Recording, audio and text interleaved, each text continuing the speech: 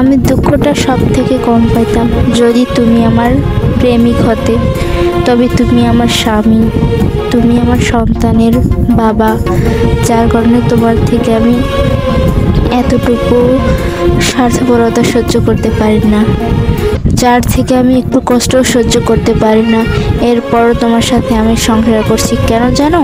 শুধুমাত্র আমার সন্তানের জন্য। আশা করি তুমি একদিন ভালো হবে। সন্তানের বাবা হিসেবে তোমাকে একদিন আদর্শবান পুরুষ হিসেবে দেখতে চাই। আশা করব তুমি একদিন ভালো হবে। হয়তো বউ হিসেবে আমি তোমার যোগ্য না, হয়তো তুমি আমাকে মেনে নিতে পারো না, হয়তো আমাকে তোমার ভালো লাগে না। তবে একদিন দেখো, আমার জন্য তোমাকে অনেক পস্তাতে হবে।